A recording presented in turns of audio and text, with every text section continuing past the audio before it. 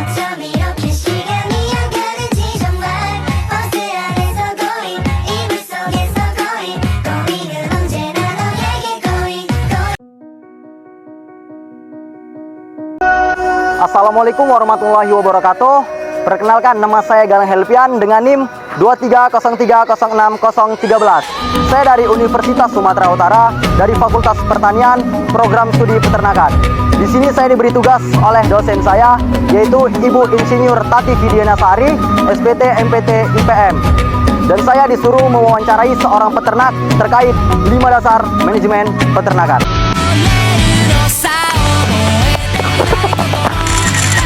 Halo teman-teman, nah jadi pada kali ini saya berada di peternakannya Bapak Taufik Hidayat. Dan saya akan mewawancarai Bapak Taufik Hidayat terkait 5 dasar manajemen peternakan.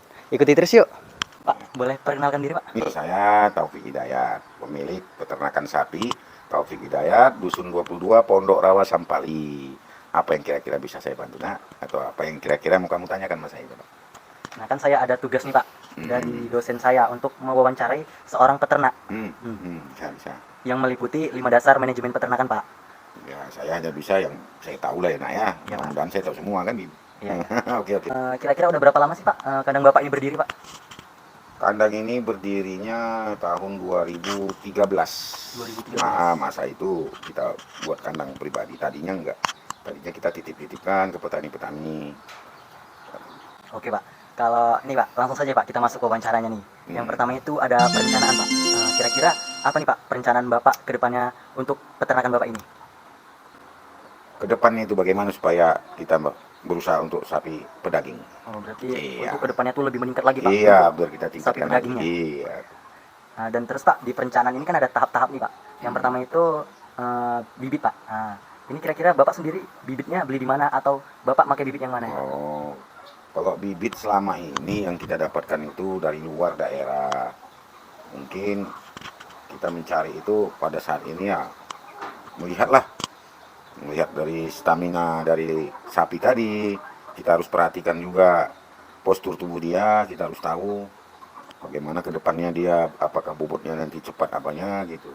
Itu harapan saya. Cuman kalau bisa pemerintah juga mendukung kita di sini, petani-petani kecil ini, untuk meningkatkan pedaging pada sapi yang mau kita pelihara tadi, dengan mendatangkan mungkin selama ini perusahaan yang menerima bibit-bibit untuk sapi pedaging ini.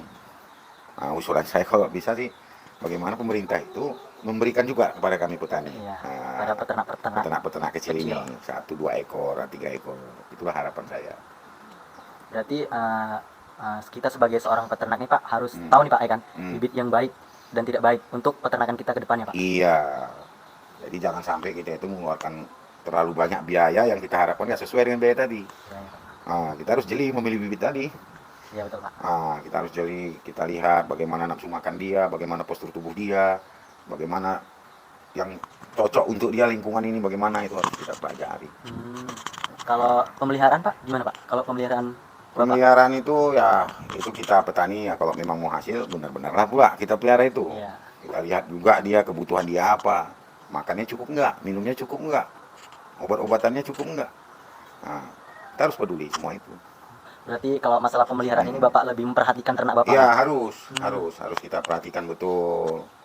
Nah, kita juga mengharapkan hasil kan Hasil, dari betul, usaha Pak. tadi. Jadi ketika kepedulian itu tidak kita berikan nanti pada hewan tadi, mana mau dia ngasih? Ya, betul Pak. Nah, itu dia.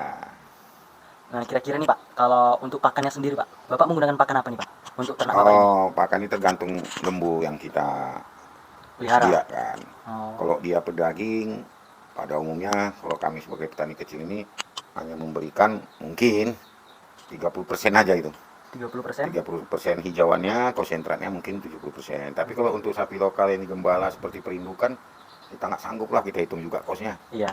Kita gembala aja, kemudian dia kembali nanti dari pengembalaan, kita siapkan aja beberapa rumputnya. Nah, jadi sistemnya ini kalau untuk pakan itu tergantung dari lembu apa yang kita Pelihara. pelihara. Iya, betul, Pak. Itu dia. Berarti kalau untuk misalnya kita ingin melihara lembu untuk dagingnya baik ini Pak, berarti kita lebih membanyakkan pakan konsentrat. Pakan, Iya, ya, pakan tambahan dia lah. pakan tambahan. Nah, Kalau ini Pak, masalah obat-obatan Pak atau vaksin mungkin, Ya, Pak? disitulah Itu gimana kita, kira-kira, Pak? pokoknya di ternak ini satu lah, saya bilang sama kamu ya, peduli itu ya, Peduli. kepedulian ya. Hmm, Jadi kita lihat juga cuaca hujan itu bagaimana, cuaca panas bagaimana, namanya mau hidup, namanya dia hidup, nggak lepas dari penyakit. ya, Di ya. situ seringlah kita kontrol dia, kita perhatikan, kita lihat dia nafsu makannya, kenapa sehari ini dia nggak bernafsu makan. Kalau kita mungkin memanggil dokter kesehatan, mungkin waktu mereka kadang nggak spontanitas ada. Iya. Jadi kita berdasarkan pengalaman aja gitu. Kalau dia kira-kira badannya, kupingnya yang sering kita petani di sini bilang dingin, dingin itu kenapa? Masuk angin katanya. Hmm, Nah kita carilah untuk apa jamu-jamuannya dulu gitu. Nanti ketika nanti sudah terhubung sama mantrinya, kita panggil dia biar diobatinya. kalau ini kan Pak, kan ini misalnya peternakan Bapak ini sudah berjalan nih Pak, cukup lama kan Pak. Iya.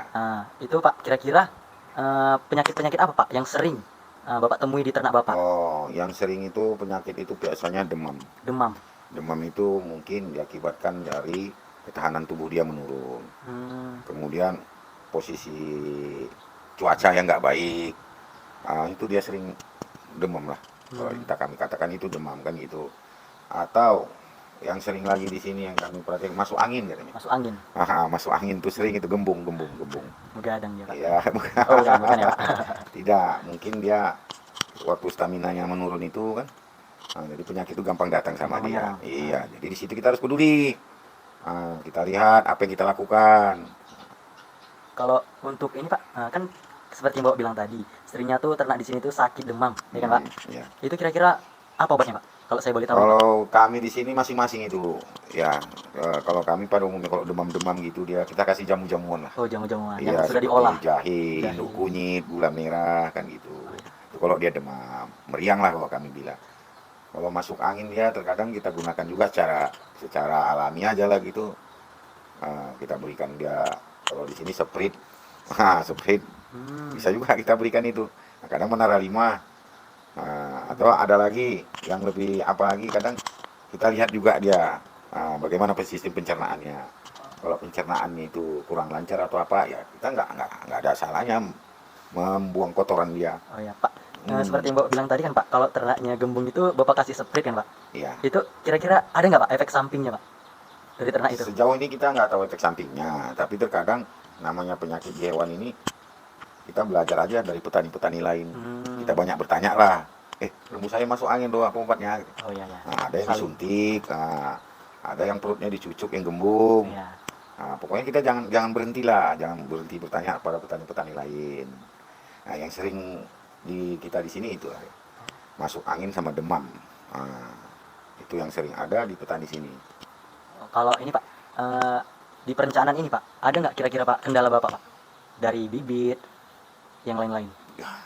Saya kalau bisa begini, saya lebih senang fokus itu ke pedaging, arahnya ke pedaging, sapi pedaging. Cuman untuk mendapatkan bibit pedaging ini kami nggak sulit di sini. Rata-rata di daerah kita ini jenisnya IB, induk blasteran. Apakah karena nggak cocok sama iklim kita nggak tahu ya kenapa dari New Zealand, India, Australia itu nggak bisa ngirim kemari, bisa ngirim tapi ke perusahaan. Iya. Kita bingungnya gitu, perusahaan bisa kenapa kami petani kecil ini nggak bisa gitu. Iya. Di mana titik rumitnya kami belum tahu. Jadi sebenarnya kami sebagai petani ini lebih condong ke pedaging. Pedaging Pak. Iya, pedaging. Mengingat dari waktu berkembangnya dia cepat, keuangannya dia cepat. Kalau sapi lokal ini butuh 3 tahun. Iya betul Pak. Itu pun kalau nggak dilarang pemerintah.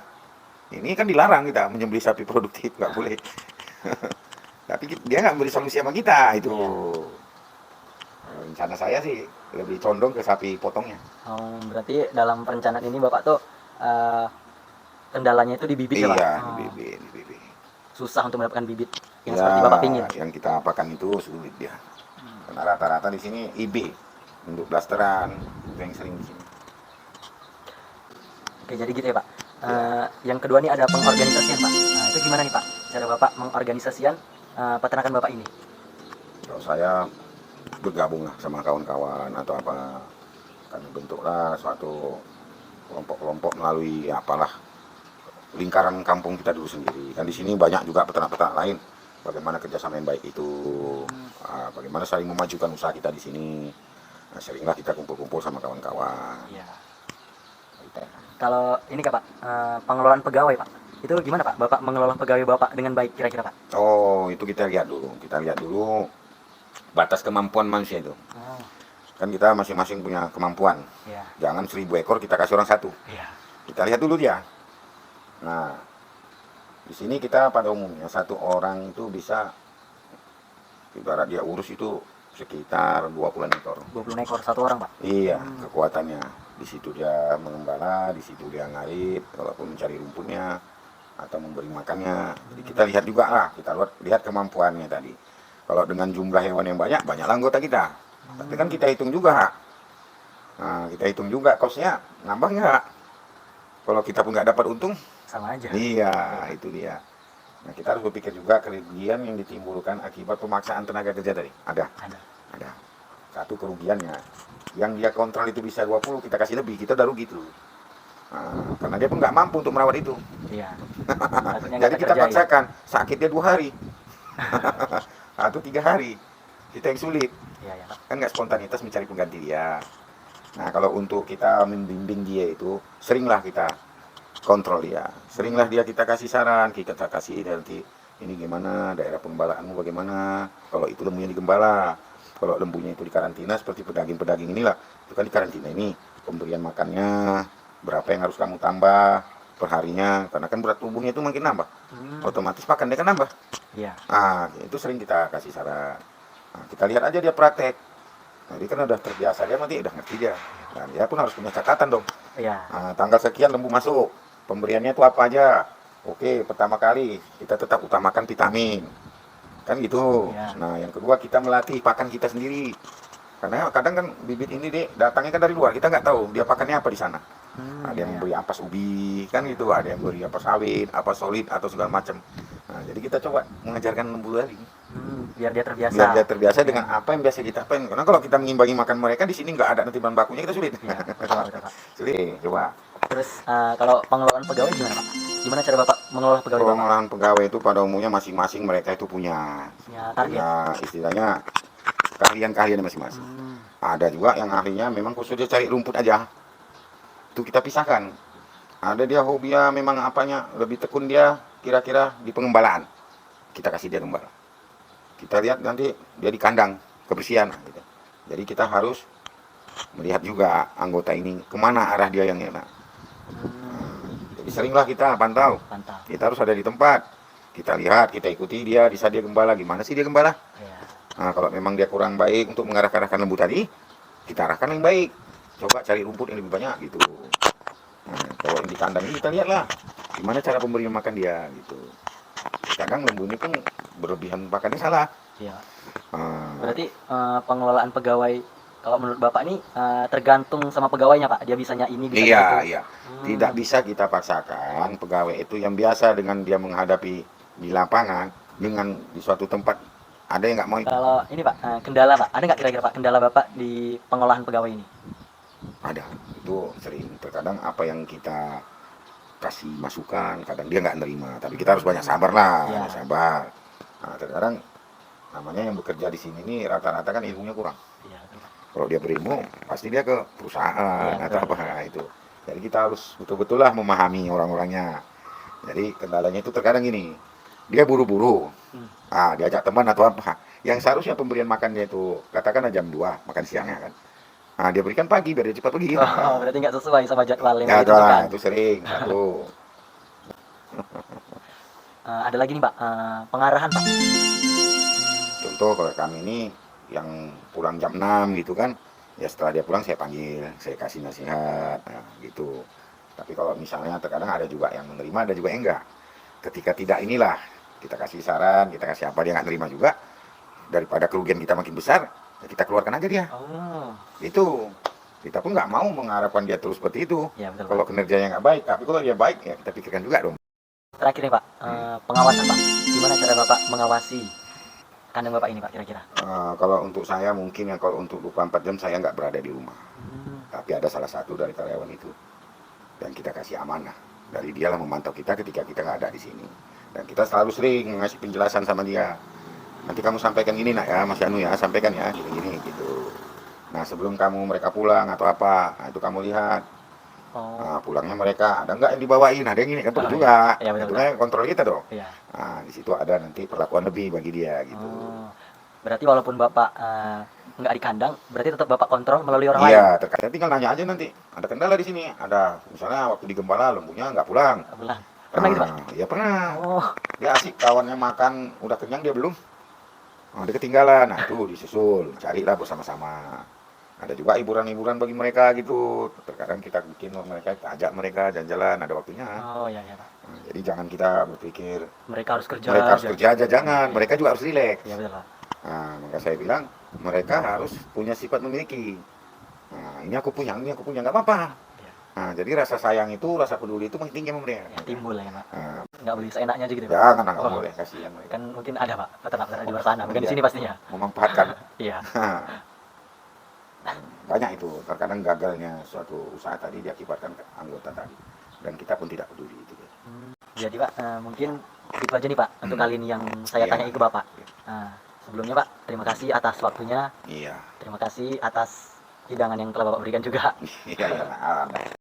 Percayalah saya bilang, suatu saat nanti bagaimana Indonesia bisa mengirim ke luar negeri, jangan mendatangkan dari luar negeri. Gantian ya Pak. Gantian. Betul. Sayang, banyak nih. Indonesia paling luas, pulaunya banyak.